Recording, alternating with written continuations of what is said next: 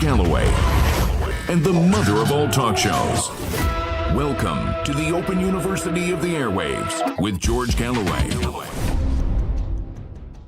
Happy Father's Day to all the fathers in the universe. Trust me, you think of them more when they're gone than you do when they are here. So keep your father close. And God save the Queen, man.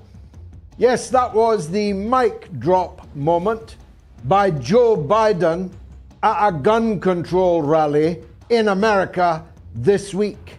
I've been scratching my head ever since. Has he now gone so gaga he thinks the Queen is still alive? Stand by for my Dr. Hastings Banda story on that subject. And he has the blinken cheek to show up in China. No red carpet though, and no high-level welcome. That's right, Antony Blinken, uninvited, flew to China. I wonder what they meant by that. And Putin shows the receipts.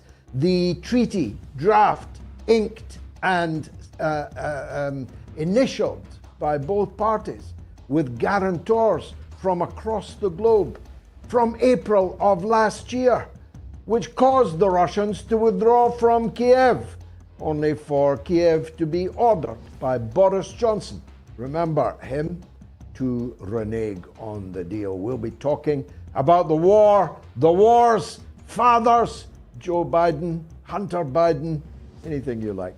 It's all coming up here on the mother of all talk shows. Curious about our curriculum? Have something to say? Then call us now to join the debate on the mother of all talk shows. The only education you can get for free.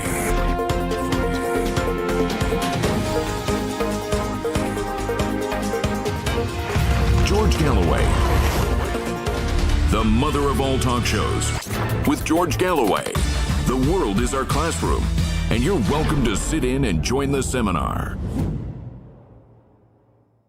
I think, the last British politician to visit in his chambers adorned with a threadbare, moth-eaten, mangy old lion, appropriately enough, the late Dr. Hastings Banda, the long-time autocrat dictator of the African state of Gambia. He was in his absolute dotage at the time, but that didn't stop him running the country, or at least the country was told that he was running it. In the course of our discussion, he asked me, how was the Prime Minister, Mr. Wilson? As this was in the 1990s, I kind of passed the story. But it was only when I was leaving the office and he asked me to give my regards to Prime Minister Wilson that I realized that he had completely lost the place. I didn't have the heart to tell him that Mr. Wilson had died more than a decade previously, but I just put it down to him being a rather confused and sad old man. Imagine my surprise then when I saw the next best thing, President Joe Biden, still in charge, or at least the public are told that he's in charge, addressing a gun control rally. I think it was in Ohio, but definitely in the United States where there is no monarch, and definitely this week where the late Her Majesty the Queen, our former monarch, is definitely no longer in need of saving. Take a look at this and tell me what you think. And if you can see the camera, they can see you. And it's the least consequential part of this whole meeting for you, I promise. All right? God save the Queen, man.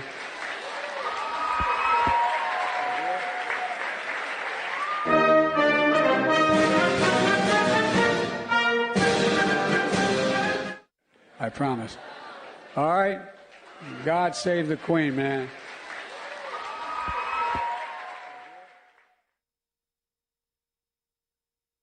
I don't know whether to laugh or cry. I suppose one of my questions tonight is, do the American people see these videos? Or are they only available on the increasingly successful Twitter platform, transformed by Elon Musk, not least the fortunes of one Tucker Carlson, who now has made 4 10-minute broadcasts for Mr. Musk on Twitter. I presume unpaid, because Rupert Murdoch is still Carlson and ordered him to cease and desist. I presume the defense was that this was not work but pleasure. Anyway, he's made 4. 2 of them have had 100 million viewers. I don't know what the other one got, but the 4th one, which is actually the best one, has the least number of all, although that number is rapidly climbing towards 30 million people.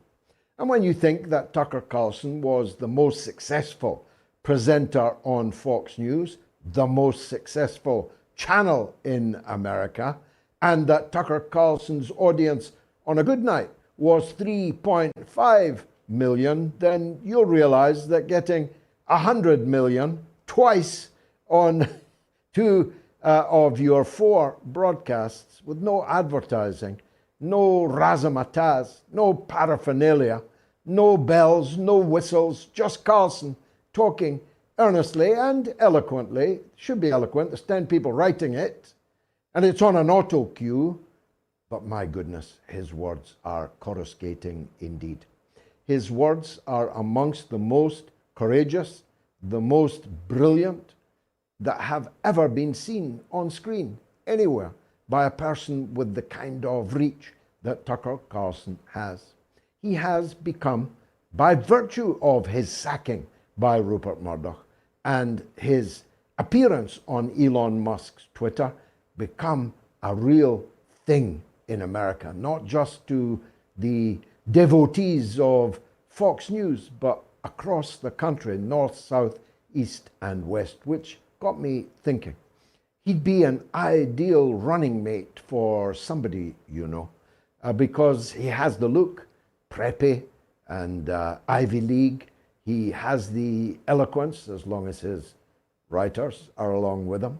He has the presence, and now he has the name recognition, almost without parallel. I think Robert Kennedy Jr. would do well to make Tucker Carlson his running mate. I think between the 2 of them, they could straddle quite a bit of the political territory in the United States of America. And I don't know about you, I'd feel safer if America was in the hands of Robert Kennedy Jr. and Tucker Carlson than I do instinctively when I see it in the hands of Joe, God save the Queen, Biden, and laughing gas Kamala Harris. In fact, they give me the heebie-jeebies. And I'm hoping that all over America, people are reaching the same conclusion. Turns out that 50% of Democrats think that Joe Biden is too old to be president, never mind to serve a second full term, taking him up to the age of 86. Now, there's 86 and there's 86. There's 100 and there's 100. Joe Biden's a poor example of an 80-year-old man.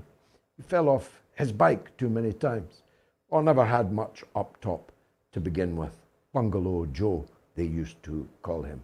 Now, the blinken brazenness of the Secretary of State of Joe Biden, Antony Blinken, showing up uninvited in China and getting the proper reception, that is to say, no reception at all, no red carpet, and absolutely nobody there to meet him at the airport, beyond a couple of functionaries whose job was to carry his bags. No minister met him, no member of the ruling party's Politburo met him, no member of the government met him, no president, no foreign minister. But he did eventually get admitted into the Foreign Office, and there he is on the screen now with the new-ish Foreign Minister of China, whom I knew a very long time ago. I don't know if the Foreign Minister gave him a flea in his ear or merely listened patiently. I genuinely hope that this visit by Blinken kickstarts a de-escalation in tensions between the United States and China. a de-escalation amongst the neighbors of China, that the United States is doing its very best to press gang into a war alliance against the People's Republic of China. The one thing I know for sure, knowing the foreign minister as I do, and knowing the Chinese government's line as I do, that they certainly will not be kowtowing to any foreigners, including Antony Blinken, because the United States cannot be trusted. The news revealed in Moscow for the first time that Russia and Ukraine had actually initialed a peace agreement in Turkey under the aegis of President Erdogan in April of last year came as a surprise to nobody who follows this show, because we have repeatedly told you about it. And it didn't come as a surprise to the great mass of the public in Western countries, because they were not told about it. They were not shown it. They have not seen the 18-page document initialed by Kiev and Moscow, in which it was agreed that Ukraine would be an entirely neutral country. That not only would Ukraine not be in NATO, but NATO would not be in Ukraine. That the provisions of the Minsk agreement for self-government, of the kind that Scottish and Welsh people have on their domestic affairs, would be enjoyed by the people of eastern Ukraine, who had never accepted the coup in Kiev in 2014. We knew of the existence of this document, but we had never seen it before. Putin produced it for his African visitors, led by Cyril Ramaphosa, the President of the Republic of South Africa. It was the receipts, it was the goods, finally on view. Not that that made it into any Western newspaper or onto any Western television news broadcast. And yet the news could scarcely be more significant, could it? Because that means that everybody who has died since April of last year, which is the vast majority of the casualties in this war, needed to have died. It means that all those buildings that are no longer standing, all that infrastructure that is now destroyed, all those wasted billions, tens of billions of dollars of weaponry on fire on the steppe, was all for nothing. All could have been avoided. Now, that's a big story, right? Even if you want to try and debunk it, it's a good story, right?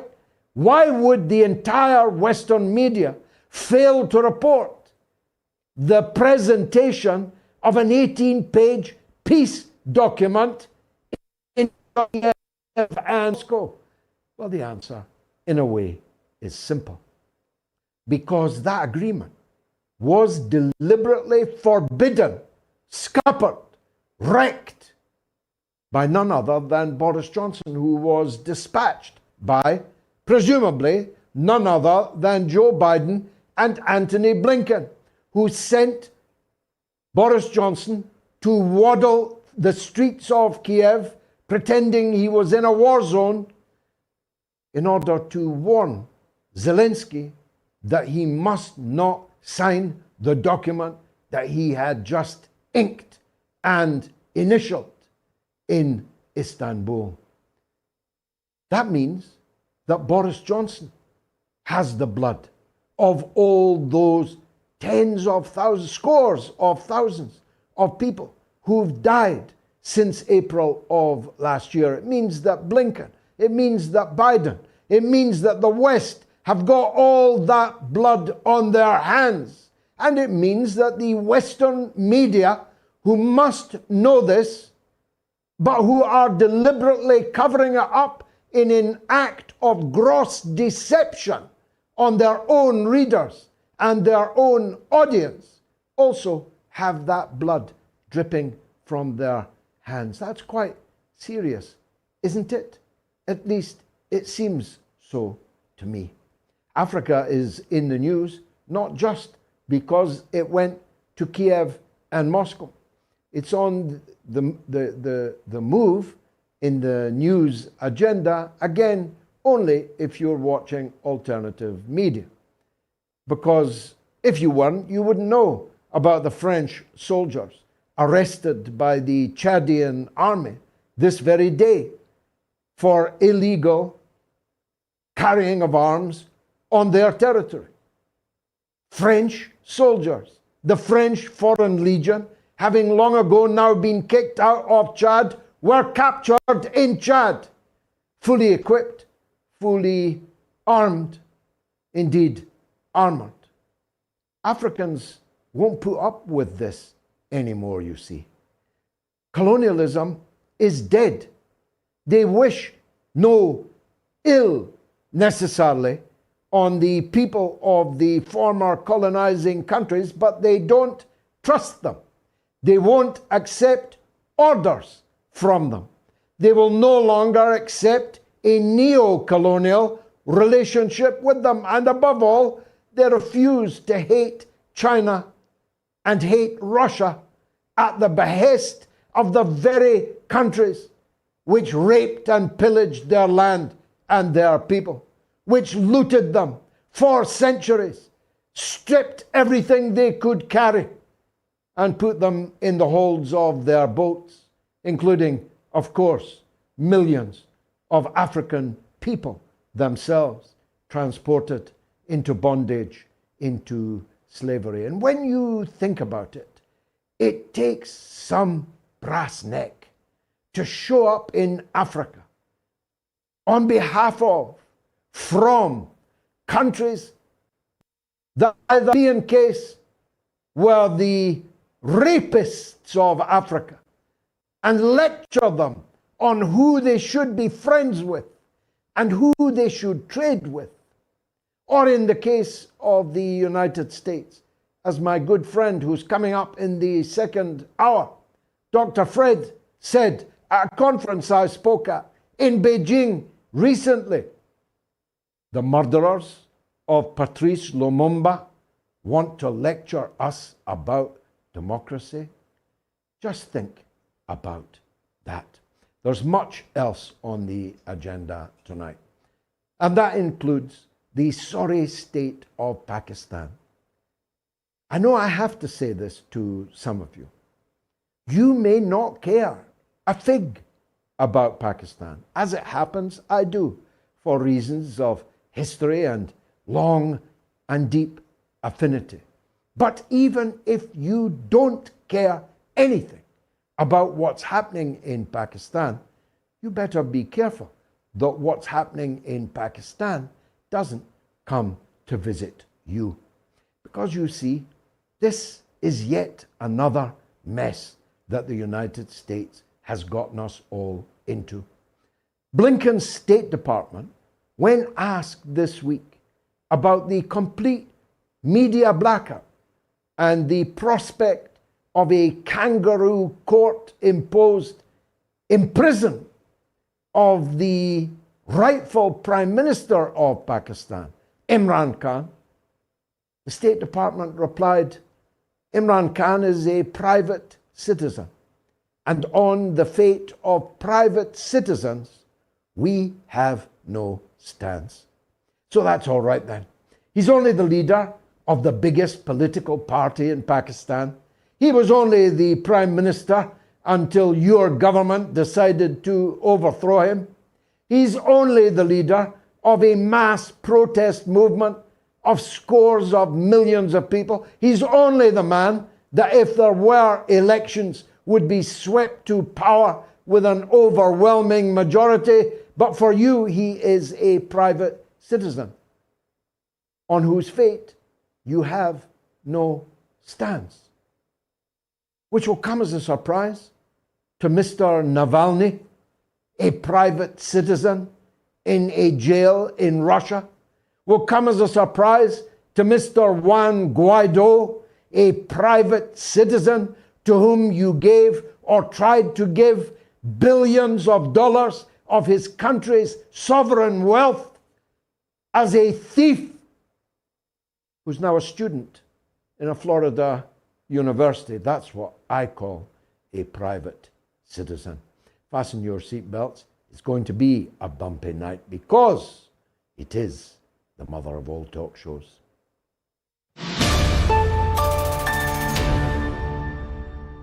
Many people today struggle with the common mainstream media consumer.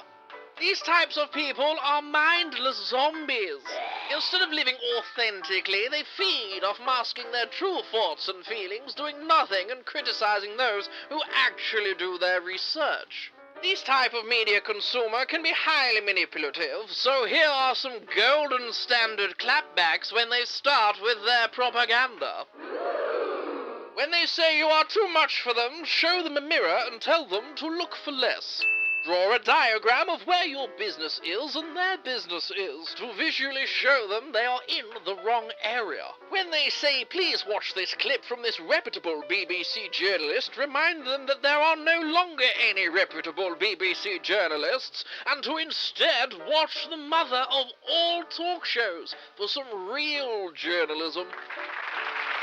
The next time you encounter a brainwashed zombie, hold your head high and know their obsession to eat your brain is masking their jealousy of your confidence, your freedom in self-expression, and most importantly, your authenticity. Keep listening to learn more on the mother of all talk shows.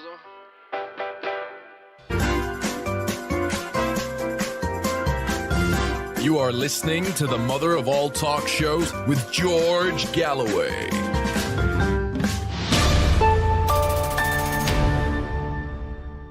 Well, we seem to be headed for a record poll. The show's only 22 minutes old and 22,950 people have voted. To the question, which is the greater threat to world peace? A, China. B, the United States of America. Do get voting on that. We want it to, of course, be the biggest ever poll, but we want a representative sample of world opinion on that subject also. And of course, I know that Hastings Banda was the leader of Malawi and not Gambia, as I misspoke. I promise you, it wasn't a Joe Biden movement. I'm not going to now jog off the platform and fall. If you're in the UK or Ireland, the number to call is 08 08196 5522. That's 08 08196 5522. It is free of charge. You call us, we'll call you back. Won't have cost you a single penny. Ditto if you're in the United States or Canada, where the number is +1 844 944 3344. It's toll free, +1 844 944 3344. And if you're in the rest of the world, and an increasing percentage of our audience is in the rest of the world, the number is 44203 966 2625. That's +44 203 966 2625. Major Adil Raja is our regular correspondent on what extraordinary thing is going to happen next on the subject of Pakistan. He was safe in Blighty, though, in England, or at least he thought he was. Let's hear directly from the Major's mouth. Major Raja, thank you for joining us. You had a dramatic beginning to the week. You had us all worried for a minute. Tell the viewers what happened, will you? Yeah, thank you, George. Well, although I would not like to directly comment upon that, but what I would like to tell you is that if you remember, if all of our viewers remember, we discussed the Pakistani military establishment's scarecrow tactics. Now, that scarecrow tactics have advanced into witch hunting and fishing expeditions abroad as well. What the world really needs to understand over here, George, is that in Pakistan, the army, through the biggest intelligence agency, the Inter-Services Intelligence, or the ISI, is carrying out an unconstitutional political engineering process. Such a practice in Pakistan is an established fact that has been repeatedly documented by not only independent observers, but also by those who belong to the ISI itself. For example, Lieutenant General Asad Durrani, if you remember, the guy who gave the famous interview to Mehdi Hassan once he was working for Al Jazeera, he himself wrote and acknowledged this entire process in his own words. He wrote an article on the 23rd of May 2022. He's written various books as well. He said that the Pakistan Army, we may like it or lament, does have a unique status in the country's polity. As an institution, it has known its limitation in politics, but every now and then we get a junta that crosses the red line in the naive belief that the state was created by the Almighty to serve as a lab, and the Haki leadership had divine sanction to experiment to its heart's content. One catalyst that all these scientists, assigned by scientists, you of course mean the generals, found useful was a civilian facade of a cover to cover the flanks, like it is covering right now in the shape of the PDM government, and to do the heavy lifting. In vernacular, he said this exercise is called political engineering. Now, George, the stated political engineering process includes the deployment of information operations, commonly called disinformation in the world, through yellow journalism carried out by the compromised journalists and paid media houses. Only few of the young journalists who were left, who were still speaking up against fascism in Pakistan while remaining in Pakistan, were called for a so-called security workshop in Quetta, Balochistan, and they were spoken to by none other but the Director General of the Inter-Services Intelligence, Lieutenant General Nadeem Anjum himself, and they were told that you've got red lines now, which you cannot cross if you don't want to become a missing person in Pakistan, like the leading journalist Imran Khan, or if you do not want to be killed like Arshad Sharif, our friend, the journalist who got killed in an ISI cover operation, as per the claims of the ISI officials known to me in Kenya. Now, they've been told that you cannot support Imran Khan, and we're going to take Imran Khan to task. Now, with the advent of social media, they've created cells in-house and through outsourcing to carry out propaganda and trolling of those who dare to differ and dissent internationally who are not in Pakistan. Now, mind you, George, ISI has the special vetting powers to clear the promotion of the civilian bureaucrats and the police officials.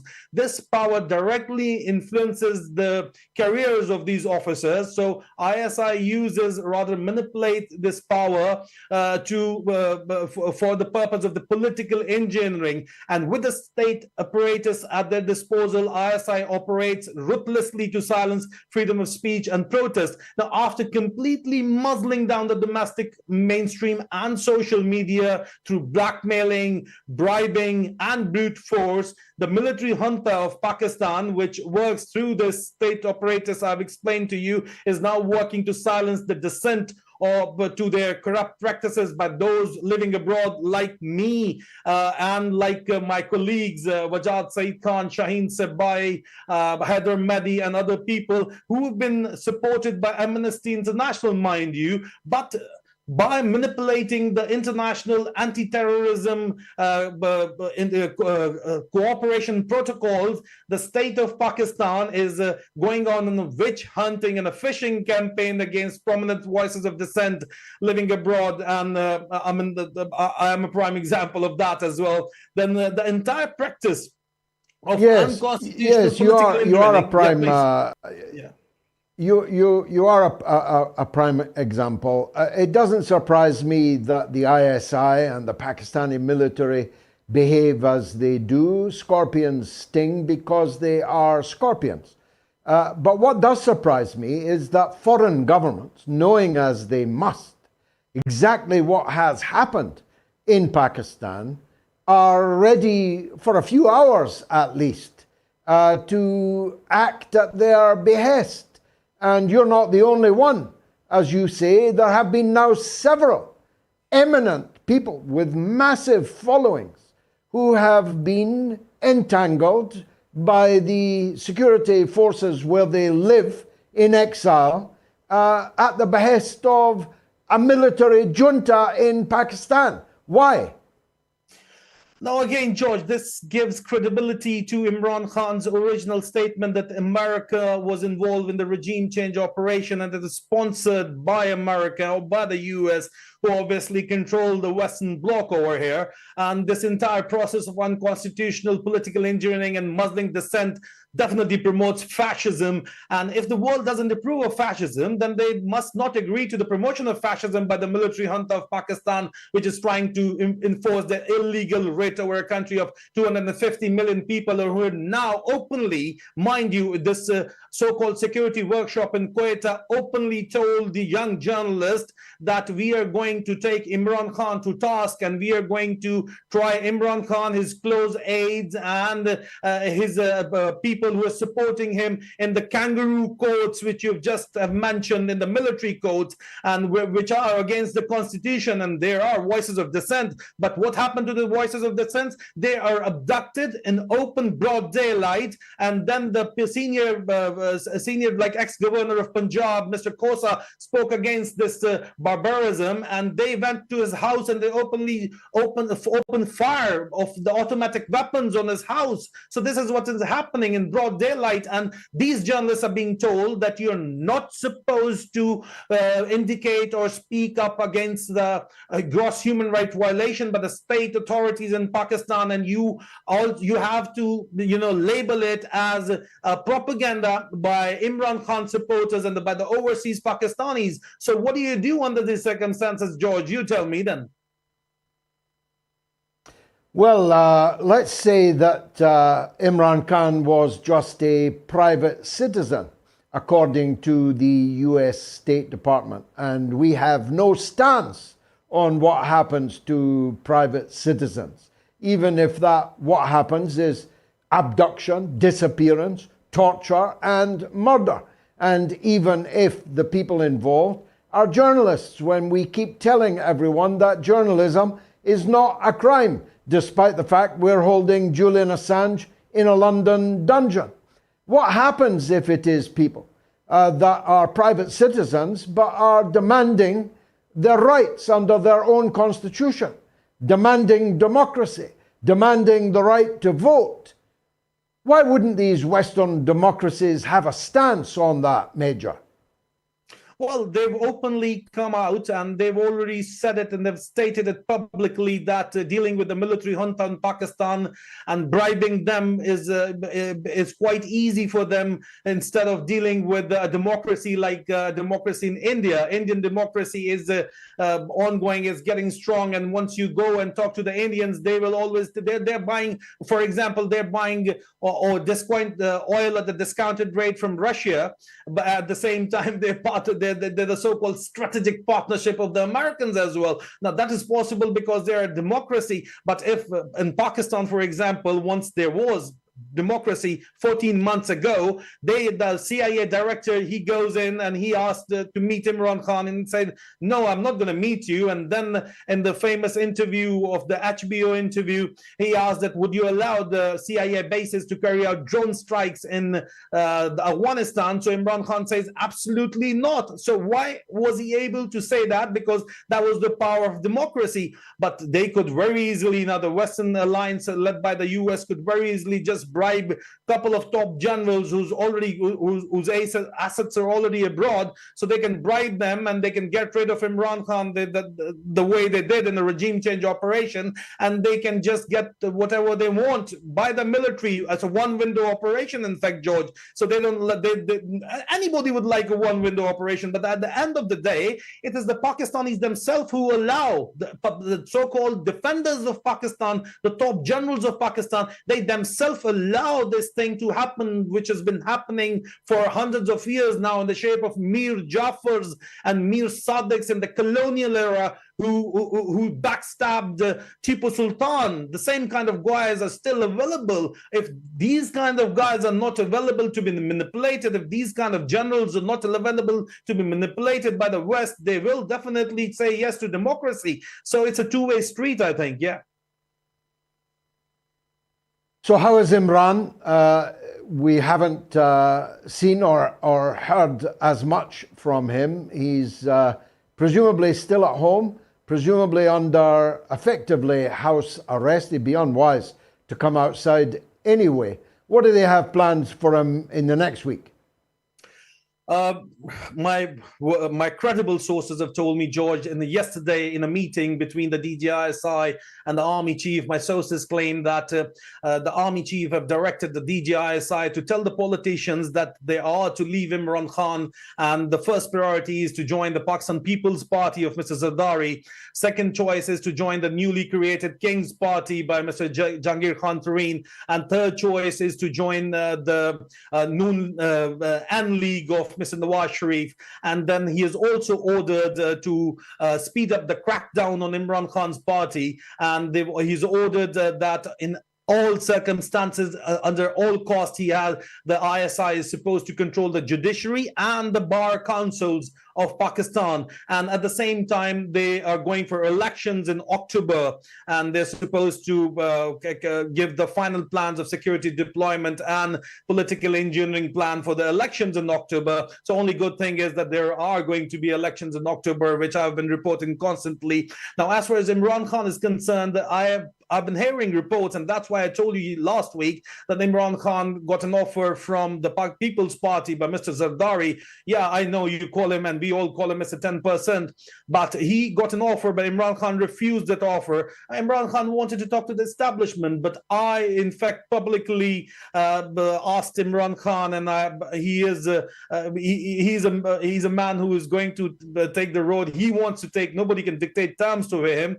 But I think that talking to politicians, no matter how rotten they are, is still better than talking to the military junta and still going into their trap. I mean, it has to go forward, and the political stability has to come to Pakistan. And I believe Imran Khan should live to fight another day. And the only reason going forward is through a political settlement. I know it seems unfair, but that is how the politics of Pakistan work. And Imran Khan will consider it, but so far he's not very much for it. And it has been openly said to this Young Journalist Convention security workshop in Quetta that they are going to try Imran Khan in the military court, and Imran Khan has repeatedly said that he can be arrested at any time. So there are political options available to him, and if they are available to him, he must take them. But this is an advice, of course, but if he considers that it's not the right way to move forward, but then again, he must not talk to the establishment as well. This is what I personally think, George.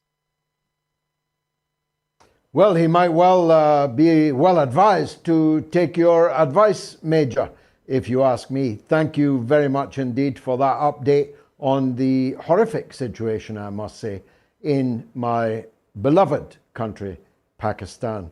Here's the numbers: 08081965522 if you're in the UK and Ireland. If you're in the US or Canada, +1 844 944 3344. And if you're in the rest of the world, 44203 966 2625. Let me take a very quick break and I'll be right back.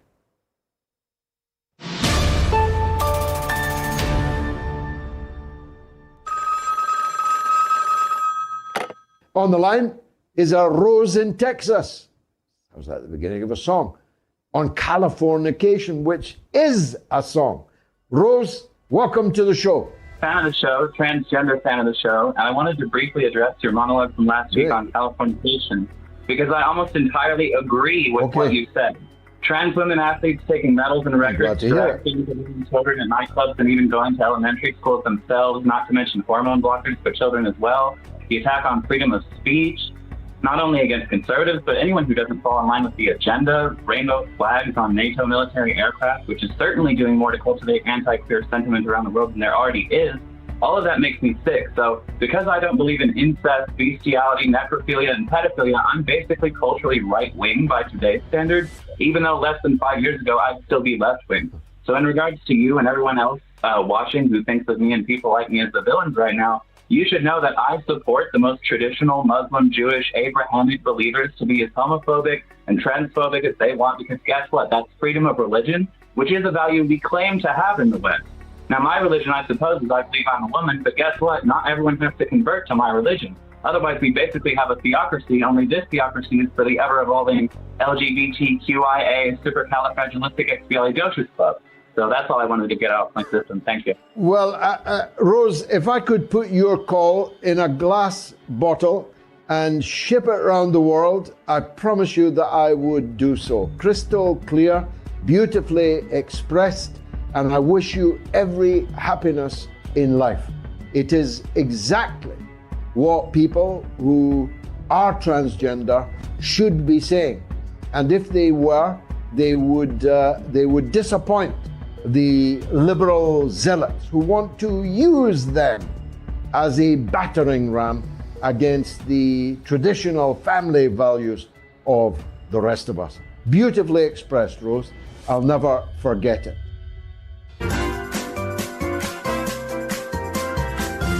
You are listening to the mother of all talk shows with George Galloway.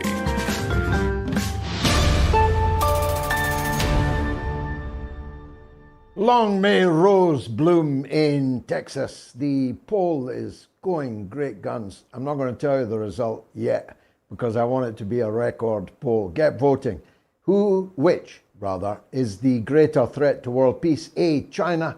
B, the United States of America. You can vote on my Twitter, on this YouTube channel that you may well be watching this on now, on my Telegram channel, t.me/George Galloway, or on the YouTube community poll. 23,000 people have already voted on the poll. Looks like a big one. Our record was 26,000, I'm told, in my ear. Let's hope we can beat it. Let's go to an email from my good friend Lisa, who says, "Hi George, I think RFK Jr. should ask Tulsi Gabbard to be his running mate for president. They would be amazing." Take care, Lisa. Well, if RFK got in, I'd like to think that Tulsi Gabbard would be a leading candidate for an important position in his administration. But let's not get ahead of ourselves. Nick Cow is in Los Angeles, but wants to talk about Pakistan. Yes, welcome to the show. What would you like to say? First of all, George, I'd like to say Happy Father's Day, George. I know you're a great father. And thank you, most I'd like kind. to say Happy Father's Day to all the fathers. I got 6 messages today.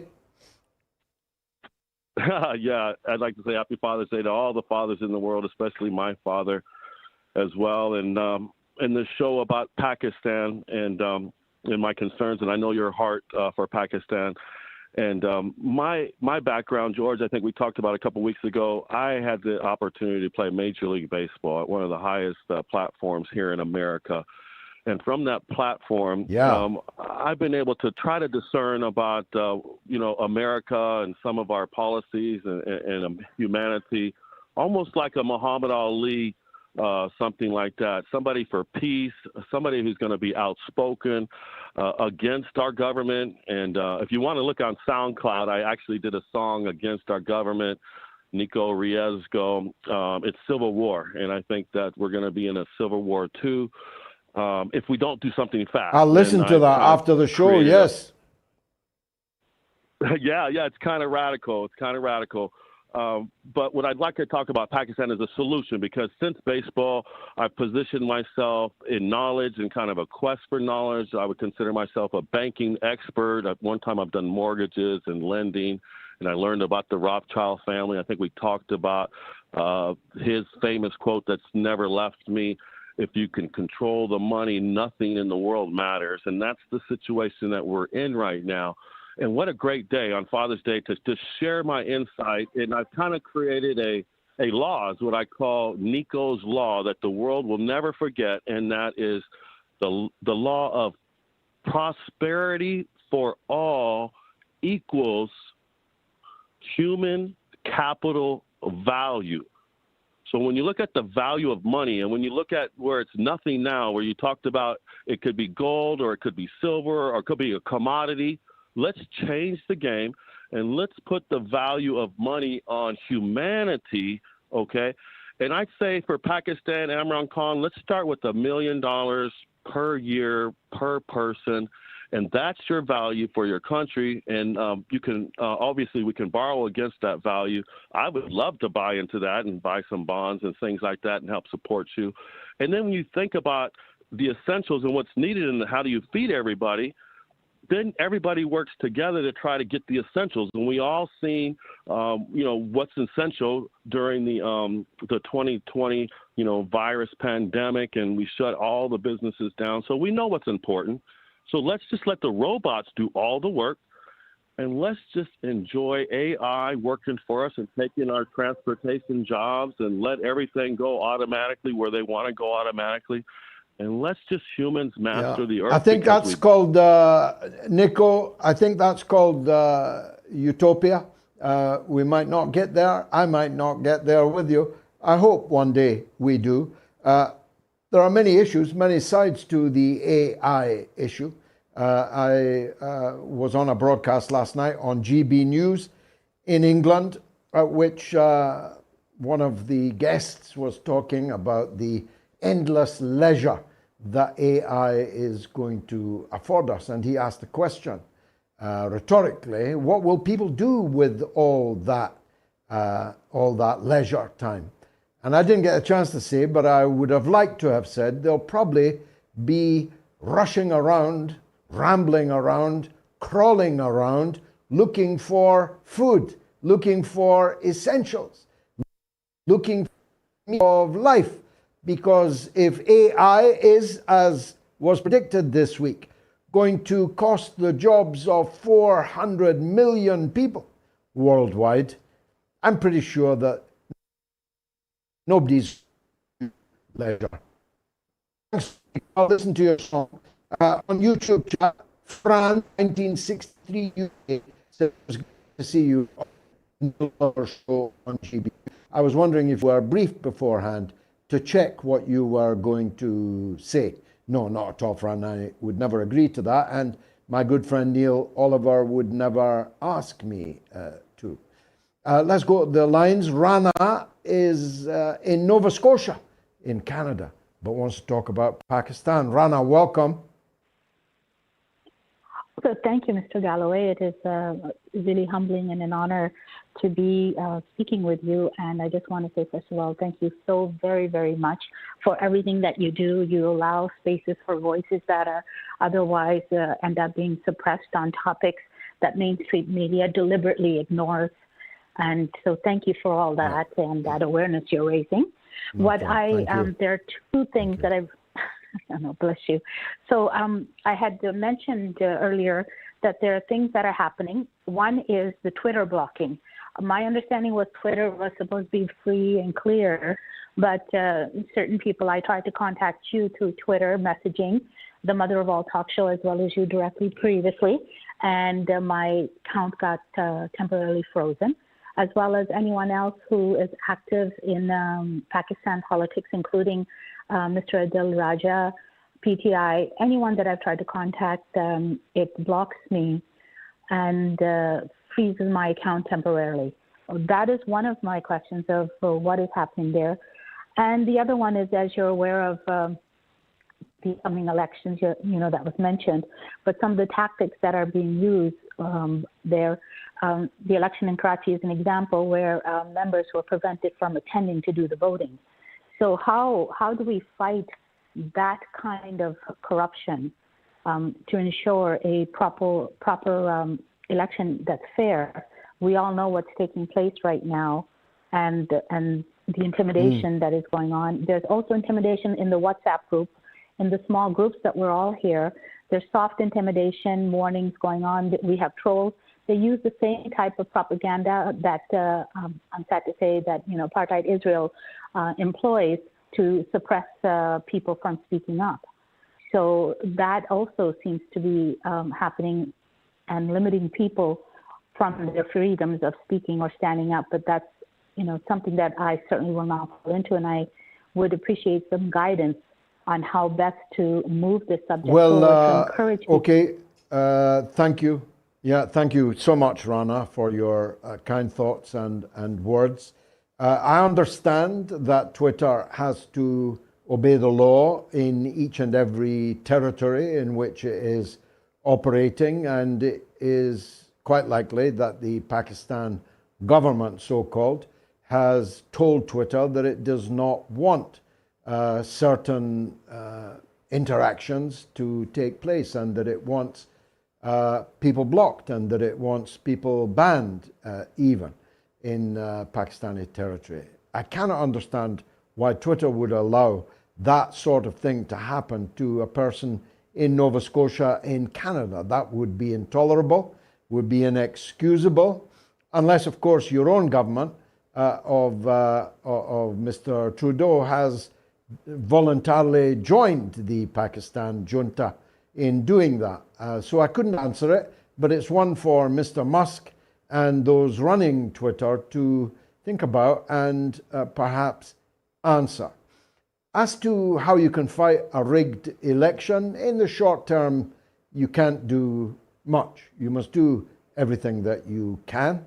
If you can raise your hand against it, you must. If you cannot raise your hand, you must raise your voice against it. And if you cannot do either of those, you must curse it in your heart. That is a duty of every right-thinking person. And I'm sure that includes you and includes the vast majority of people in Pakistan. The only guidance I can give you is this, that nothing can be stopped if the masses of the people of Pakistan sufficiently want it to be stopped. The old saying is that God helps those that help themselves. If the Pakistani people fall back asleep, if they watch their leaders being marched off to prison, if they participate in an election which is very obviously a farce, then they'll get the government that they deserve. But if they stand up, and if they combine with others, and if they courageously face the ballot riggers, then they will ultimately prevail, because there are many of us and there are few of them. And that's, I think, the watchword, that we are many and they are few. And if we behave like lambs, we'll be taken to the slaughter. If we behave like lions, they will run away. And run away, I've seen them do before. I have more than 50 years of involvement in the politics of Pakistan, and I was extremely close to someone who was twice overthrown by the very same people that overthrew Imran Khan, and was murdered by those very same people in the end, on camera, in broad daylight, on TV, live, and then dead on TV. So I'm in no doubt that there's no easy walk to freedom, as Mandela said. But if you don't walk in the direction of freedom, you will surely live the life of a slave. And who wants to live the life of a slave? Lots of comments in the YouTube chat tonight about Gonzalo Lira, about whom we still have no news. George, can you talk about Gonzalo Lira and ask people in the US to contact their elected representatives to put pressure on the State Department and Zelensky? Well, we had Gonzalo's father on the show just 2 episodes ago. So the first thing everyone should do, if they didn't see that at the time, is look back at my interview with the father of Gonzalo Lira. And I said at the end of that interview, and I say it again now, whilst there's little point in pressing Zelensky, because he's just the monkey, The organ grinder is Anthony Blinken and President Joe Biden. So mail the White House, mail the State Department. Gonzalo Lira is an American citizen by birth and has the absolute right to full consular protection and attention by the officials of the United States Embassy in Kiev, underground, somewhere. Do it. Do it tonight. Rashid is in California. Last call before the break, I think, on RFK. Rashid, welcome, brother. Hey, George. Last week it was asked who's really in control of the West. This week, in an interview with Glenn Greenwald, RFK Jr. went out of his way to express his devotion to Israel, belief in its democracy, and his commitment to the use of billions of dollars of taxpayer money to preserve its security. And that's the same billions of dollars that are routinely denied to U.S. retirees and veterans from medical assistance, humane shelter, and even hearing aids. I believe he indulged in this tightrope act to preserve his access to those mega donors and power brokers in the Democratic Party. And he just kind of reinforced the PEP mantra, progressive except for Palestine. And surprisingly, he engaged in the traditional liberal pastime of picking and choosing causes from the buffet table to preserve his or their status as one of the good guys. And he did this exactly as his father did.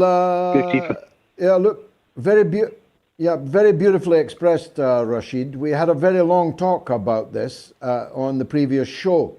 Catch up on it, if you will. It was on Wednesday. I spoke about it at length.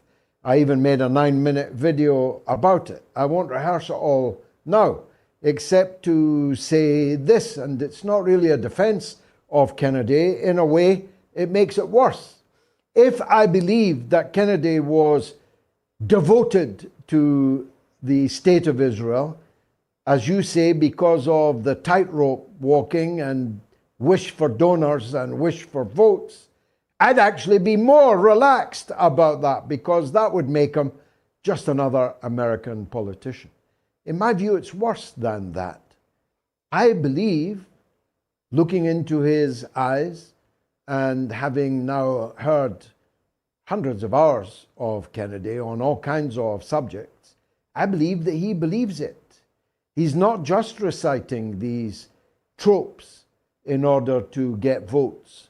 Not least because, as I said on Wednesday, the kind of people who think like that, talk like that, use words and names like that, are never going to vote for Kennedy anyway, because the rest of his program is completely anathema to them. They don't want America pulling out of foreign wars. They want America to get involved in more foreign wars. They don't want to see the breakup of the FBI and the CIA. They want more FBI, more CIA. They don't want to see the progressive politics of Robert Kennedy implemented in the United States.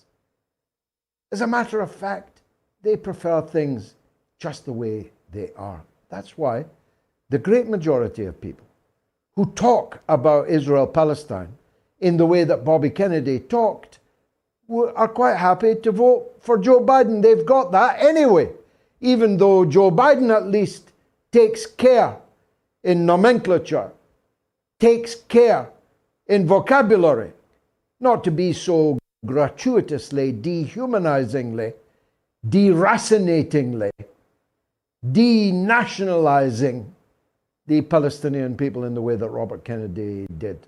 As I put it on Wednesday, Robert Kennedy's discourse has not been heard since before the Oslo Agreement 30 years ago. That's how out of date he is. What he was saying is not even the policy of the US government. Wasn't even the policy of Donald Trump's US government. So there's only two options. Either Robert Kennedy is ignorant, which I find hard to believe, but it's a possibility, or on this subject, he is more than disappointing. He is more than disillusioning. He is more than demobilizing potentially millions of voters for him. On this, I'm absolutely sure, Rashid. His two statements now on Israel-Palestine have lost him far more votes than they could possibly have gained him from the fanatic friends of Israel. But I still want him to win. Why? Because he'd be better than Joe Biden, because he'd be better than Donald Trump, and the next president of the United States is going to be one of those three people. It's not going to be Cornel West. It's not going to be anyone other than one of those three. And I'm prepared to overlook for now this blind spot that he has against the Palestinian people on the grounds that on all other matter, Robert Kennedy Jr. is the best bet for America and for most of the world. I'll be right back after this break. Don't go anywhere. We've got some great guests and calls still to come.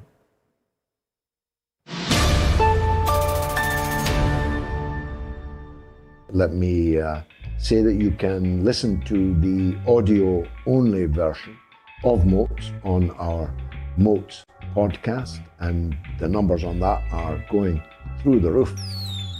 Just search Moats with George Galloway on Apple, Spotify, Google, or whichever platform you listen to your podcasts on. In recent weeks, it's been the #1 political podcast in Benin, Jordan, the Gambia, Qatar, Jamaica, Ghana, Iceland, Malaysia, Singapore, Sweden, and the Philippines. #1 political podcast in all those countries.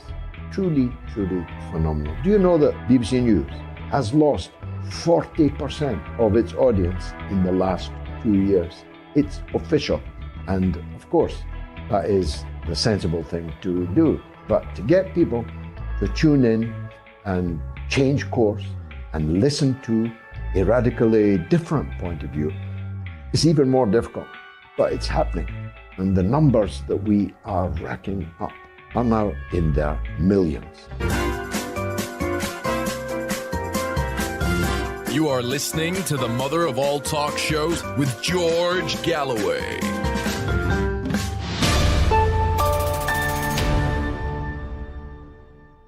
How's this for a poll? 24,560 people have so far voted, and there's an hour almost still to go. Which is the greater threat to world peace? A, China, 15%. B, USA, 85%. That's on Twitter, where you see the others. On YouTube, 7% say China and 93% say USA. And on Telegram, where the most perspicacious of our voters are normally found, only 2% think that China is the greater threat to world peace, 98% thinking the USA. And on the YouTube community channel, it's 9% China, 91% USA. I hope the news of this poll reaches Mr. Blinken in Beijing. But first, let me talk to a friend that I met in Beijing.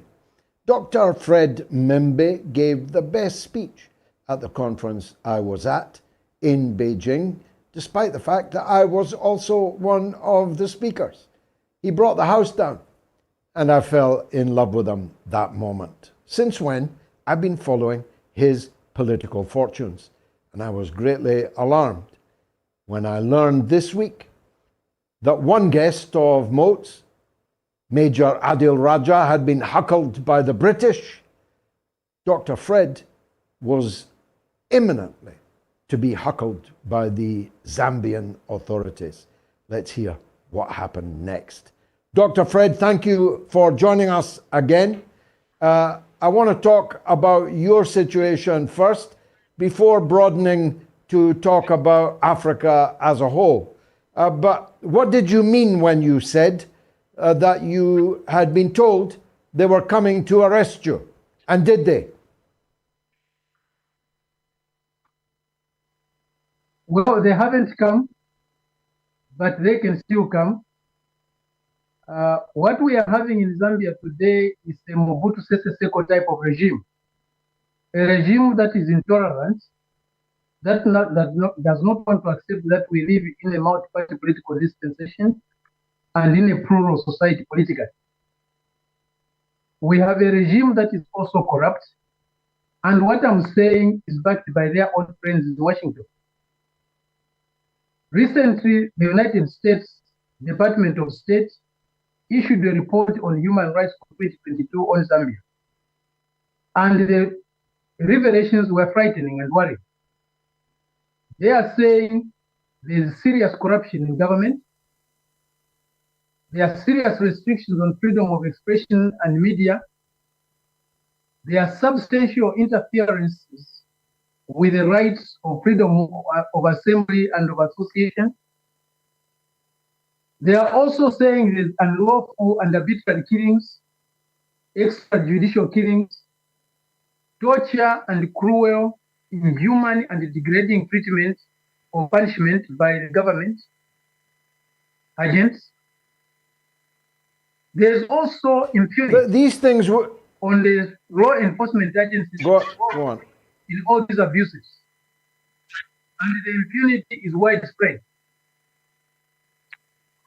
It is a well-known fact that throughout history, those who administer the criminal justice system or control it possess the power or hold power with the potential for abuse and tyranny. And therefore, the exercise of power must be a constant practice of self-limitation and modesty. We are not seeing it under this government. But what is frightening and worrying, although there are these reports are not being made public, they are not being talked about by their friends in Washington the way they usually do, with the violators of so-called human rights. We wonder what is wrong or what has gone wrong. Now, these are things that would normally endear a regime to Washington. So why is the State Department highlighting or lowlighting, really, these crimes and misdemeanors on the part of the Zambian regime? Do they want them to try harder or bow lower? What? Already, George, we saw it with Mobutu Sese Seko. He committed so many human rights violations. He ran a corrupt regime, but he was theirs. They never took action until when he was no longer on fire. The current Zambian government is their puppet, it's their agent. They have given them the right to establish AFRICOM, the USA military command here, which other African countries in the region and the continent as a whole are opposed to. So they are doing their bidding. They voted with them on Ukraine. They are doing everything that Washington wants them to do. So they don't care about the human rights. And it's not strange. We have seen this behavior in many parts of the world. They don't take any action against human rights violations of their friends, of their puppets, of their agents.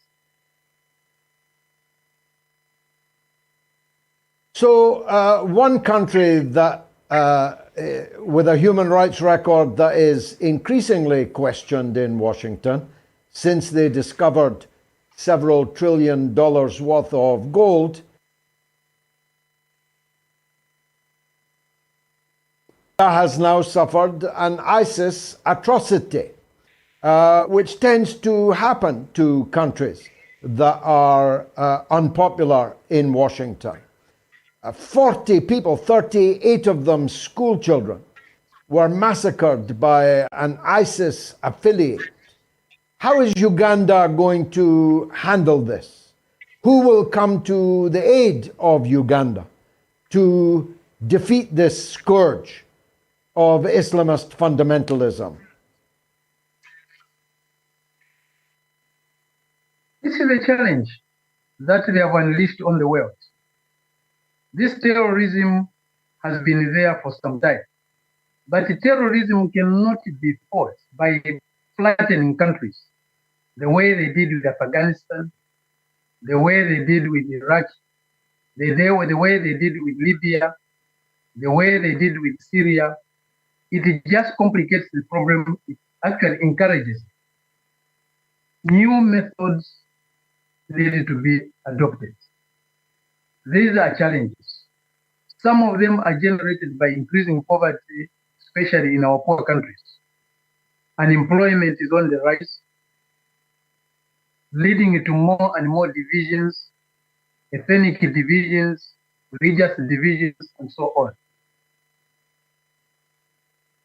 These are problems that cannot be solved by military means alone. More is needed to deal with these complex problems. We have seen it in Afghanistan. For more than 20 years, the mightiest army in the world failed to defeat a ragtag army. They failed to defeat, the entire NATO failed to defeat a ragtag army for 20 years. There are still conflicts going on in Iraq. They are still fighting in Libya, where the mightiest army of the world took control. So what is telling us that these are problems that cannot be solved by military means or by the use of force or arms. A more intelligent approach is needed by humanity to deal with the issue of terrorism. It is an issue that perhaps all so. Humanity should. I don't think it's either or. If I were the Ugandan government, I would be sending for Wagner right now. I'd be asking Russia to defend the country from the scourge of ISIS, as they did help to do in Syria. And of course, I'd be following your other path also, of trying to reduce the virulence of this threat by cutting off the endless supply, it seems, of unemployed and desperate youth into their ranks. But we'll discuss that another time. I wanted, in the time left, to ask you what's going on in Chad. I was very delighted, call me a lover of France if you like.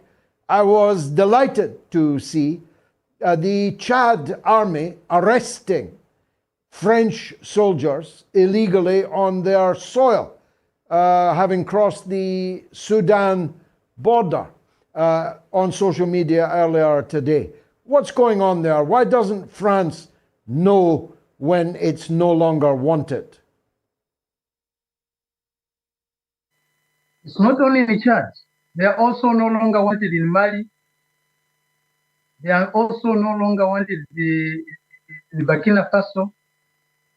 They are not wanted in most of the French-speaking African countries. They should ask themselves why. There is a rejection to neo-colonialism on the continent that is growing. France has faced this reality. It can no longer relate with its former colonies in the way it has done for the last 6 or so decades.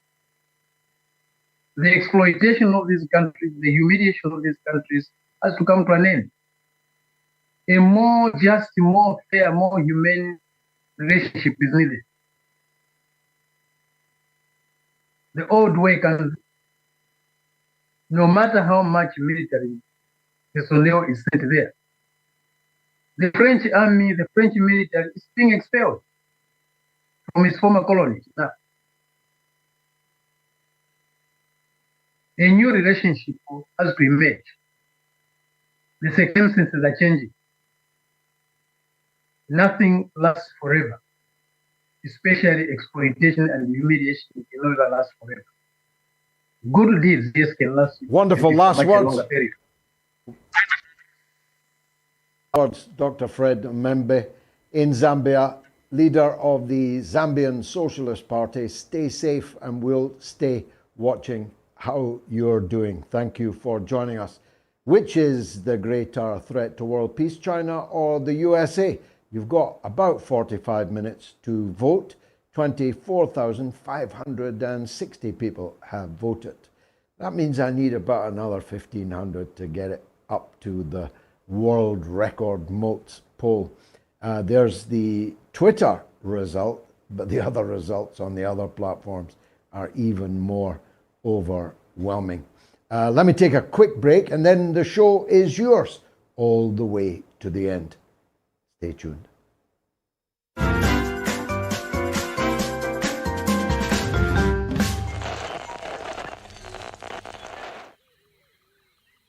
The airwaves. This savannah is a rigid dichotomy of fact and fiction. As Fisher says, the Twitter sphere where the slightest misjudgment can spell being cancelled. One species rules over the airwaves through its ability to adapt and survive in even the harshest environments. The George Galloway.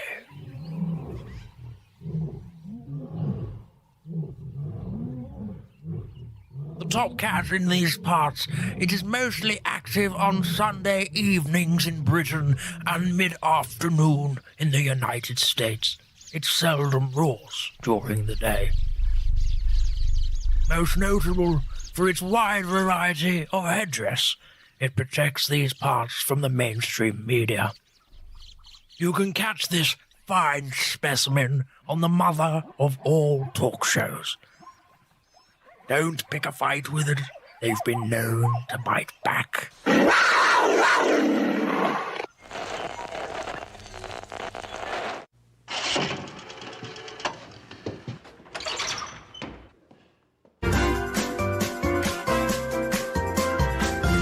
You are listening to the mother of all talk shows with George Galloway.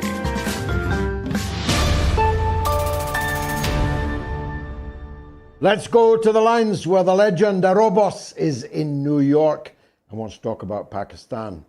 Legend Arobos, welcome back to the show. It's been a while since I heard you. Go ahead. Yes, I've been preoccupied with some People's Party matters. However, salubrious night to you. Greetings and salutations, of course, as is my way to you. Oh, and happy Father's Day. You know, let me not skip by the lily on that, and to your beautiful children and family and the supporters. I was watching a program with Carl Zah, who I first learned about on Moats.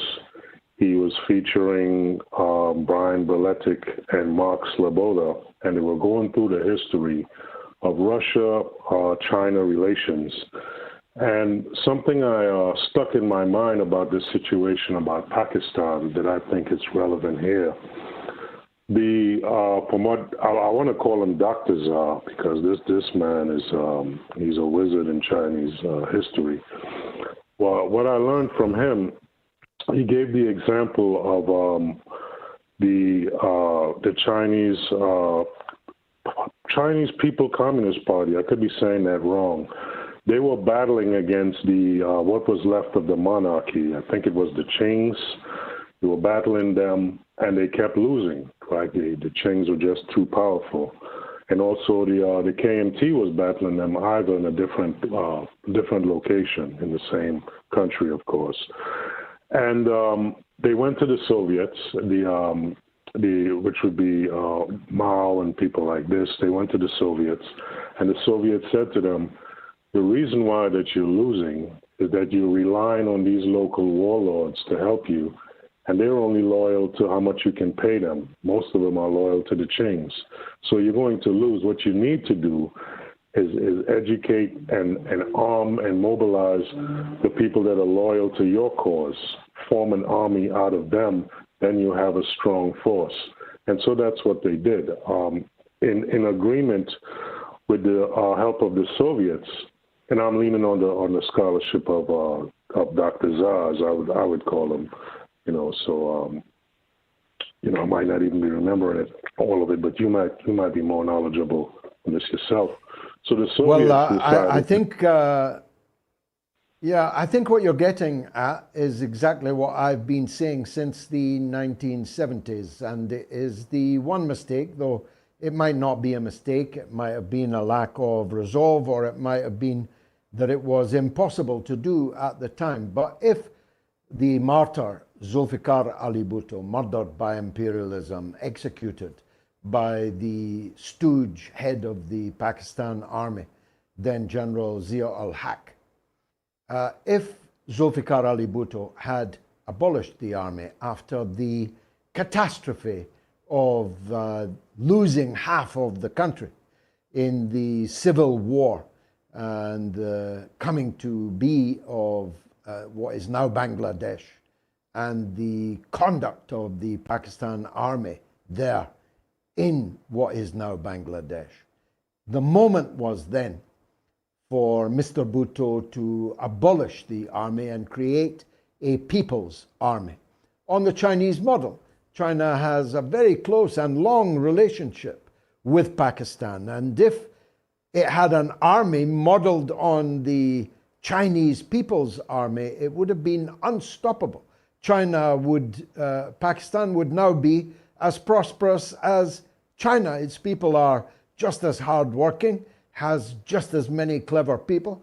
It has almost unlimited natural resources and territory, land and water and access to the sea and so on. With a people's army, supporting the people, working for the people, instead of bleeding the people white, as the Pakistan army has done for decades, and murdering any political leader who fell out of favor with their real masters in Washington, then Pakistan would be a very different place today. So I agree with you. These generals, bent double with the weight of their unearned medals, who specialize in killing nobody except their own people, repressing their own people, they have to be swept away. And this deification, this lionizing of utterly unworthy individuals, these chiefs of staff who are treated as if they are demigods in Pakistan, is one of the main reasons why we've reached this parlous state of affairs in Pakistan. Robust, thanks for your call. Malik is in Germany, where our German program, Moats of Deutsch, got a record audience this afternoon, I think. Malik, I don't know if you saw it, but you're welcome in any case. Thank you so much, Gigi. I appreciate your work. Thank you. Thank you. Gigi, don't you think that the International Court of Justice want everybody to catch or to arrest Mr. Putin wherever they catch him? But at the same time, the Western world who push for that have banned Putin from coming to them so that they will arrest him by themselves. Don't you think that they outsource the arrest of Mr. Putin to others who don't take the same stand like Western world? Well, I'll tell you what, Malik, I'm struggling. Yeah, I'm struggling to think of any others who would seek to implement that so-called warrant from the so-called International Court of Justice. Because, of course, if anyone tried to do that, a state of war would exist between that country and the Russian Federation, and all hell would be brought down upon their head, and that hell would be unlimited. If you imagine for one moment that Russia will allow its president to be arrested by some tin pot tyrant acting on behalf of the cowards hiding behind the International Court of Justice, then I really despair. It will never happen. But that doesn't mean it's not foolish and harmful, because, of course, what it means is that it complicates the possibility of diplomacy ever happening again. And that's stupid. It's stupid to criminalize other people's leaders. It's stupid to kick out other people's diplomats. It's better. I say this as someone who's been in this game for a very, very long time.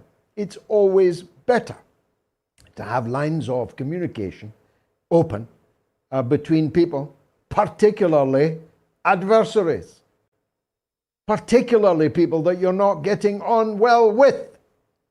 Stupid, stupid move, Mr. Golden Brown, Goldfinger. Malik, thanks for the call. Simon is a legend. He's in Florida and he wants to talk about RFK. Go ahead, Simon.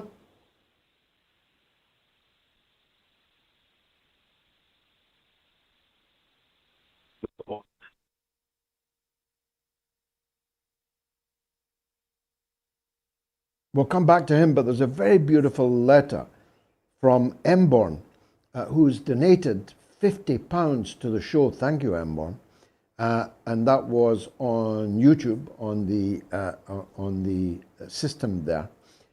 And he says this: listening to you today is like listening to you in the late 1990s.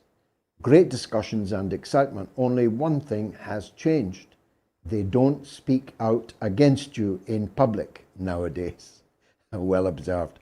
Their guns have fallen silent, but yours are louder.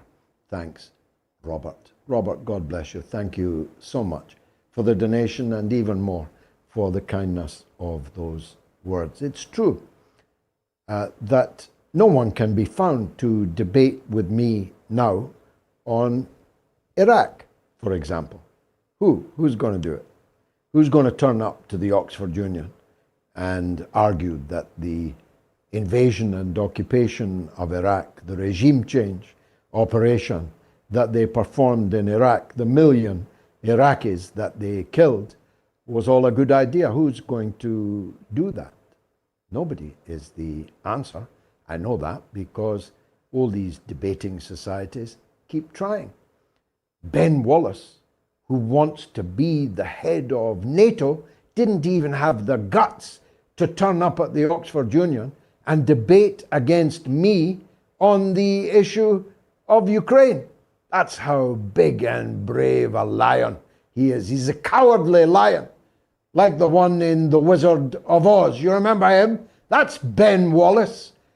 Ideal candidate for leader of NATO after the Norwegian tailor's dummy, Stoltenberg. Was he a tailor or was he a hairdresser? I can't remember. Simon in Florida is back now. Go ahead, Simon. Mr. Galloway, thank you for persevering with the telephone troubles. I was just about to salute you for remaining open-minded with regards to RFK Jr. I know you've been recently disappointed with some of his pronouncements regarding Israel and Palestine, but I believe there's something truly momentous going to occur on Tuesday, and you know I have quite a good track record for forecasting some of these big news events. So it's possible that not everyone has seen the press statement that was issued by his campaign on the 14th of June, shortly after his 3-hour marathon interview with Joe Rogan. And in that, the press statement said, Mr. Kennedy will announce a fundamentally new direction for American foreign policy. With his election in 2024, our country's decades-long journey into military imperialism will be over. We will instead become, once again, the exemplar of peace, freedom, and democracy that once inspired the world.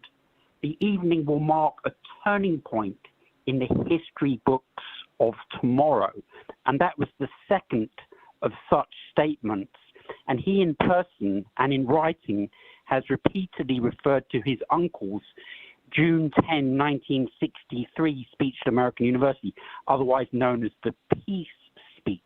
And it literally looks like he's trying to turn American history and indeed world history back 60 years and complete several of the unfinished projects of his uncle. It's marvelous. The rhetoric is inspiring. It seems to be rallying people, notwithstanding the major shortfall of the events, the subjects that you refer to. It seems to be that Bobby Kennedy is burning up the track and Joe Biden is looking more and more like a moth-eaten, mangy, old, toothless lion. I hope that doesn't accelerate too much so that they don't actually prematurely retire Biden before Kennedy can defeat him in the primary, but they might do. I've got to be honest with you, Simon. We'll probably part company over this. America never inspired me.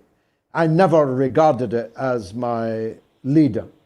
Beyond its heroic contribution on the beach at Omaha in 1944, towards the end of the Second World War, which it only joined when Japan attacked her at Pearl Harbor, I'm struggling for anything that I found inspiring about American foreign policy, for that matter. I love the American Indians too much. I love the descendants of the slaves too much. I love the people who were the victims of American empire too much, white and black, working class, peasant, indigenous, the great majority of people of the United States under the heel of American capitalism and imperialism. I love them all too much to have ever been inspired. But I know what Kennedy means. And I know what words mean. And I know how you have to find the right words. You have to find the right vocabulary, iconography. You have to find the right shade of red, white, and blue. You have to find the right anthem. You have to find the zeitgeist that's out there and touch it and hold it and brandish it. And if Bobby Kennedy can do that, nobody will be happier than me if we can have the rebirth of the early 1960s. Well, that will be an advance, at least, on the America that we have today.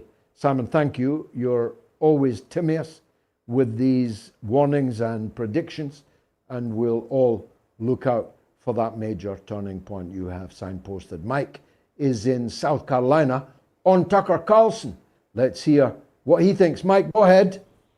Yeah, I do want to talk to you about Tucker Carlson. A quick comment about RFK before we go on to that, but I will remind you that I successfully predicted on your show before the time about the non-existence of the wave of Republicans overtaking everybody in the midterm elections.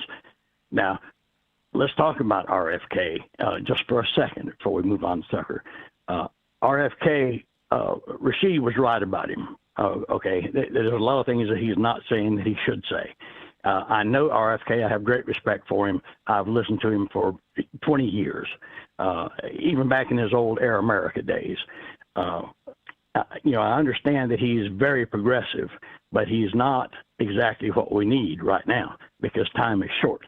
If you look at who we really need right now, we need a Cornel West, a Jill Stein, somebody like that who can really take control of this. Now, I hope that RFK, if he's elected, he follows through with the changing of American foreign policy. That would be great. But I don't hold out a lot of hope for it, just like I didn't when I voted for Barack Obama the first time, and I didn't vote for him the second time because you know they have a tendency to do other than what they say. But as far as let's talk about Tucker Carlson just for a second, okay? And I think that you'll find that some of the reason the viewers of your show is waxing and waning is because you have moved far to the right, and when you support people like Donald Trump and this idiot Tucker Carlson, who may have a lot of views for his video, but I've seen cat videos, funny cat videos with more views than Tucker Carlson got. Okay, but that No, being you haven't. said, You haven't actually. Mike, you haven't actually. He has 250 million views on 4 10-minute videos. You have never seen a cat video with that kind of numbers. Now go on insulting me and then stick around while I answer you. Go on. George, if you combine the cat videos that people have watched, it's far more than Tucker Carlson's 4 episodes. Okay, I'm just saying, the number of views you get in a viral video doesn't mean anything about what you're talking about. Tucker Carlson is an idiot. He's always been an idiot. He's been a Trump supporter forever. Well, let's Mike, stop for a minute. I'm stopping. Tell me what was wrong with what he said in any of those 4 videos. Forget the ad hominem, insults, idiots, and all that. Just tell me, what did he say that was wrong in any of those 4 10-minute videos? George, it doesn't matter what he said in those videos. He has a body, a lifetime of work supporting, right-wing fanatics. So it doesn't matter what he's saying now. It doesn't matter that he's saying the thing he's most ashamed of is having supported the Iraq war and how he will forever be ashamed of it. That doesn't matter, does it? But George, listen to this. I mean, all the people, you opposed the Iraq war just like I did at the time that it happened, okay? And these people that didn't oppose the wars, all of the wars, okay, are unredeemable because because in the present time, their mental mindset is the same. Tucker Carlson did not change his spots. I promise you, he didn't. And he's not anybody that I want to see in our government. Tell me what. Well, okay. Well, you're talking about a body of work. Let's deal with the body of work to which I refer, the only body of work which I have praised, namely the 4 videos. I ask you for the second time, what did he say that was wrong in any of those videos? Let me ask you a question, George. You know why Tucker Carlson got fired from Fox? Because he cost them $750 million by lying about the election results in the last election. I'm talking about his 4 videos. I'm talking about his 4 videos on Twitter, which have reached 250 million souls, and you will not answer it. Now, you're done insulting me, and you'll not be allowed on to insult me anymore, at least for a few weeks. Give me a chance to smart under your insults. You accused me of being far right. I don't know what your definition of far right is. I presume you're not calling me a racist, as someone who's represented more people of colour in the British Parliament than any other member of the House of Commons in its entire history. I presume you're not calling me on Father's Day the father of 5 mixed-race children a racist. I presume you're not accusing me, a lifelong socialist and leader of the Workers' Party of Britain, a fascist.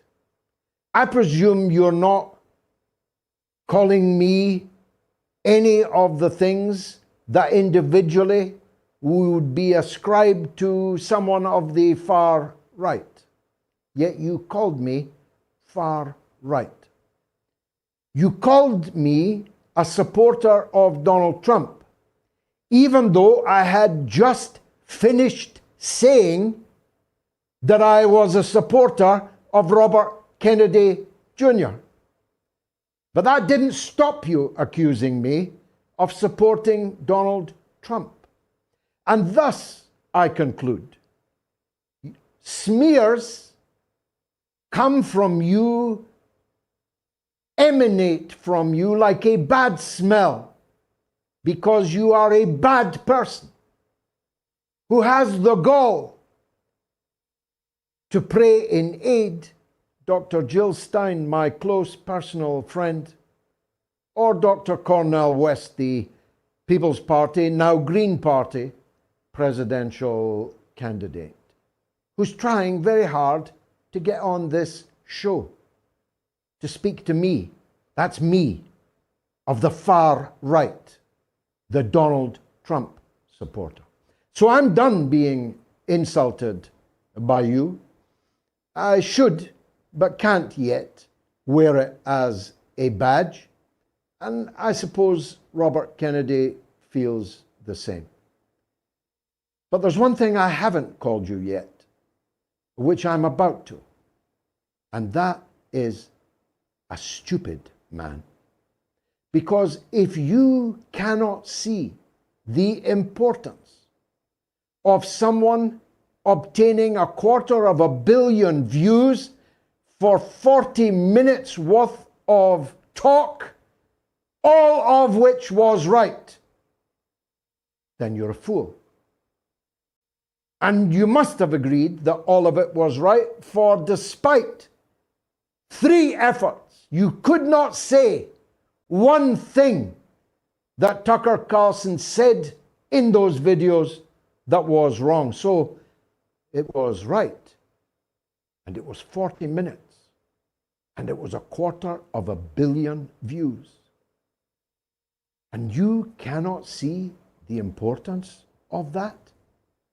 Carlson denounced the war in Ukraine, the war that you and people like you say you're opposed to. Carlson's now also opposed to it. But you say he's irredeemable?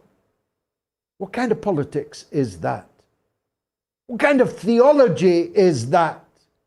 Don't you know that there is more rejoicing in heaven at the repentance of just one sinner than towards the 99% who hath no need of repentance? Are you stupid, man? Can't you see the value in our ideas becoming not just mainstream, but supercharged mainstream? When all those military officers were queuing for a selfie with me in the Dorchester in Park Lane, military men in their uniforms, should I have refused on the grounds that I opposed the Iraq war and they had supported it, but now realized the error of their ways? How stupid can you be? Don't you know that politics is about persuading people who disagree with us that we are right, and that when we succeed, we should smile and thank the Lord, not phone people up, inflating the narcissism of the small difference, and curse them and insult them and smear them and lie about them, just like you did with me, Mike, in South Carolina. Andy is in Detroit. Let's hear from him. Andy, go ahead. Hey, George. Happy Father's Day to you. Welcome. Thank you, Andy. Appreciate it very much. Well, this is the second time I'm calling you, but this is about Tulsi Gabbard. Now, did you see her video that she posted on her YouTube about when she walked away from the Democratic Party and emphasized why she was leaving? I didn't see it, but I see a lot of her videos, and I'm always mightily impressed, Andy.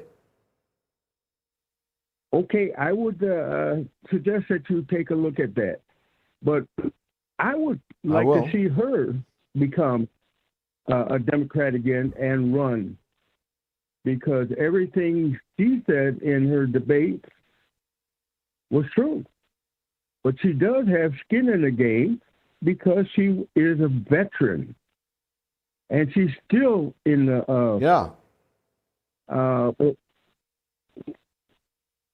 National Guards, I think. So I think she's more likely, yes, she is in the National Guard. I think she's more likely to end up on the ticket with Donald Trump, if I'm being honest.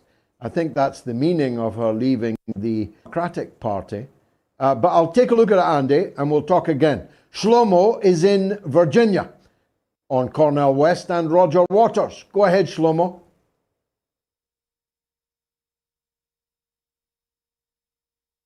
We'll come back to him. The greater threat to world peace is undoubtedly the USA, at least according to 26,005 people on our poll tonight. My editor, my director will tell me in my ear if that is now a record. It may need another few hundred votes in the next 5 minutes in order to break that record, but overwhelmingly 84%, 93%, 98%, 91% conclude that the USA is the greater threat to world peace and not China. I do hope that they're watching in China, and maybe they should put the results of this poll conducted throughout the English-speaking world in front of Mr. Blinken. Now, we're waiting for Shlomo, who wants to talk about Cornell West. The People's Party would like Dr. Cornell, to be on the show, and we'll do our very best to have him on. Far right as I am, I'm more than happy to showcase, as I did Dr. Jill Stein when she ran in 2016, personal friend of mine. But even if she hadn't been, her successor in 2020, I forget his name now, we also showcased him. So we will showcase the credible presidential candidates and subject them to proper questioning and give them the voice that they will not be afforded many other places. Shlomo's back. He's in Virginia, and now he's on the air with you. Go ahead, Shlomo. Thank you, George. Very quickly, two questions that are unrelated. One about Cornell West. I know you already mentioned something, and I tend to understand what you're saying, but let us extend a little bit on him. He's an important figure, and he may be the only hope. I mean, between him and RFK, I agree. There is something to think about. Anyway, the other issue is Roger Waters that I didn't speak the other time, but I agree with you that he is a real hero, also for me. And the whole issue of anti-Semitism, the whole issue of equating between Israel, the relationships to Israel, or the criticism of Israel and its government, and equating it with anti-Semitism, it's not only insane, it is also anti-Semitic by itself. And by that I mean, if the purpose of the Israeli government is to extend anti-Semitism, they like anti-Semitism because it makes an issue for the Jews, and then maybe they will come to Israel and will immigrate to Israel because of and Israel has a demographic problem, so it will maybe resolve that. So that's one motivation, but the other one, maybe more important, is that in a way they are trying to extend the responsibility, to spread the responsibility for the crimes against humanity that they are doing to all the Jews.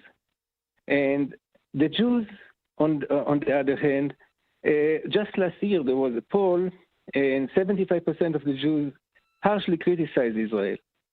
So they may not do the divestment and boycott and all of that, but some of them do, actually. Jewish Voice for Peace and other groups, they are for BDS, but the most of them are silent, but they don't like what they see.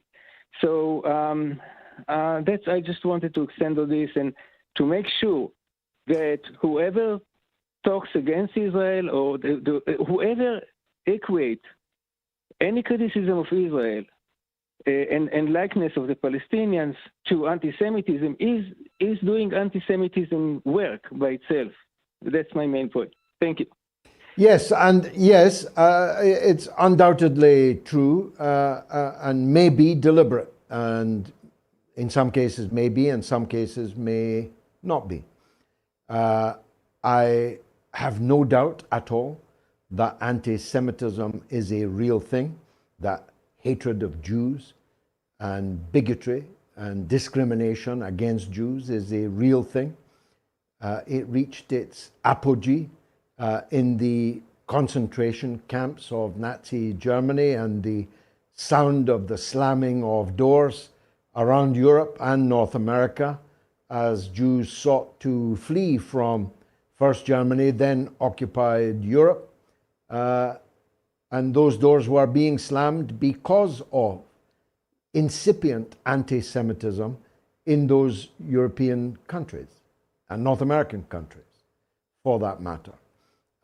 So that everyone should be deeply concerned about the existence of something called anti-Semitism is obviously a no-brainer. Everybody should learn to recognize it and to stamp on it when they come across it, just like they would on any other racist phenomenon against any other people. That's obvious for you, Shlomo, and for me. But as Shulamit Aloni, then a government minister at the time when I was having dinner with her in her Tel Aviv apartment, she was then an Israeli government minister.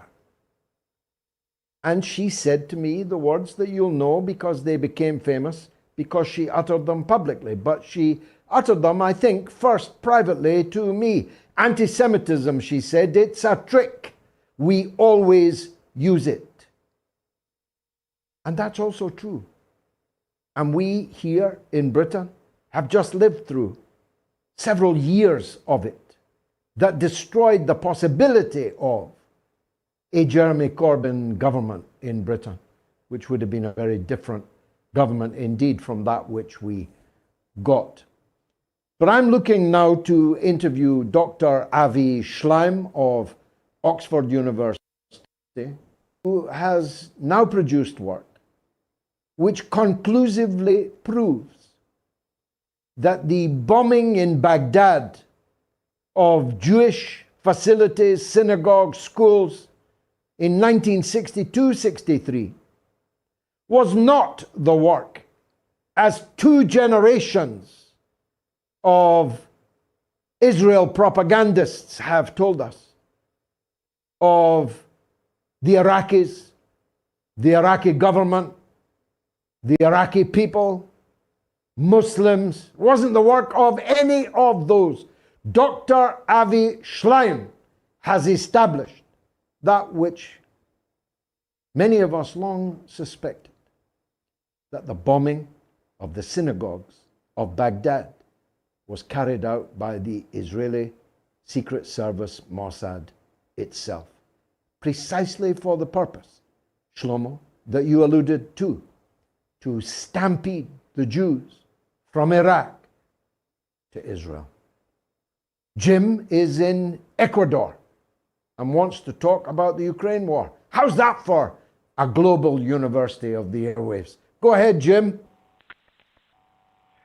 Hi, George. I'm just wanted to discuss Ukraine briefly.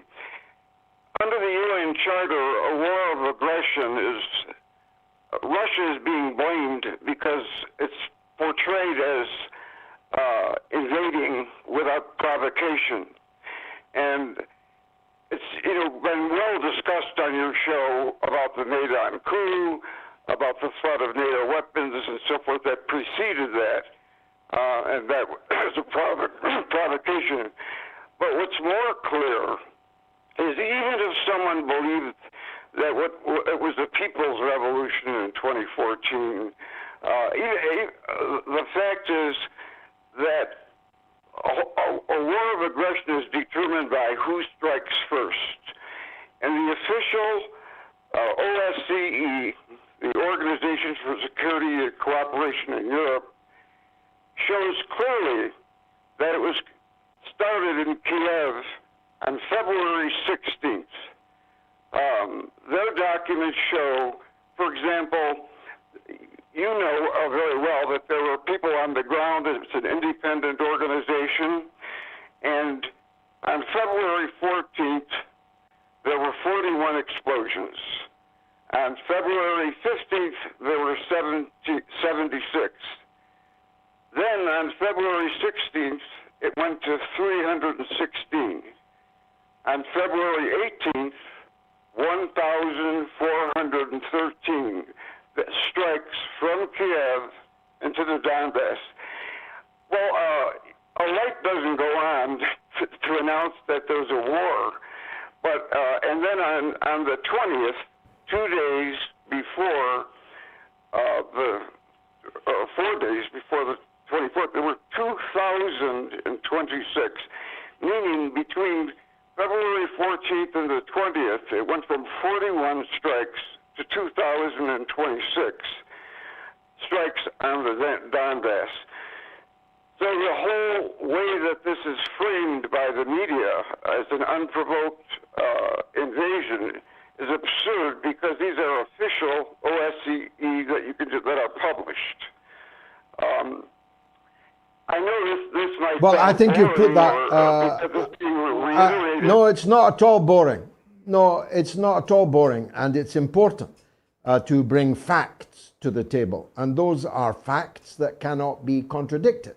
They are actually the facts of the empire, the empire's own OSCE, the Organization for Cooperation and Security in Europe, based in Brussels. This is the empire's own stats, which show the aggression, not from Russia, but from the Kiev coup regime. Far from being unprovoked, as Robert Kennedy Jr. is now repeatedly saying, as Tucker Carlson is now repeatedly saying, Russia's been being provoked ever since it withdrew from East Germany and allowed the wall to tumble, ended the Cold War division of Europe on a promise that NATO would not extend, and I quote, 1 inch to the east. That lie is the original sin. All who are marked by it are in the wrong, and who will live to regret the way that they have forced the people of Ukraine to pay the price in blood and treasure of their foolhardiness, of their error. It is a record poll in all the episodes of the mother of all talk shows. There has never been a poll which achieved 26,178 votes. It's overwhelming, blaming the USA as being the greater threat to world peace. I hope Ben Wallace, the cowardly lion, gets to hear about this and see that wonderful image that my clever friends have produced. I was going to give you an update on the legend that is Norma in Bristol. But why not let her give us an update herself? She's on the line, home again. Norma, my heart gladdens to hear this news. How are you? Hello, George. I thought I'd just say thank you to so many people that wished me well, and I appreciated yours too. It was very nice. I'm slow progress. I'm home, still very painful, but actually my husband's immobility is causing great concern because he can hardly walk. But George, I just wanted to tell you, it's a bit silly really. We had a great, the care at the hospital was very good, and the food. Now, there was a lady called Sandra, and she used to take our food orders each morning. And her enthusiasm and her description of the menu made us feel as though we were dining at the Ritz. I mean, she was unique. But anyway, my sons took care of my husband. Yeah, you know, she was lovely. Yeah. But I'm in bed Sandra, now. if you're watching, you have the gratitude of the whole nation and indeed many other nations watching on in this show. God save Sandra, God save the National Health Service, and God save you, Norma, the legend in Bristol. Thanks, George. Bang on time. I'll be back again, God willing, on Wednesday at the slightly later time, remember, of 9 p.m. UK time. 1.5 million people watched the mother of all talk shows over the last 7 days. Let's get it back up to 2 million. I missed those dizzy heights. Thank you very much indeed for joining me. Come back on Wednesday at 9 p.m. London time and bring another viewer with you. Good night.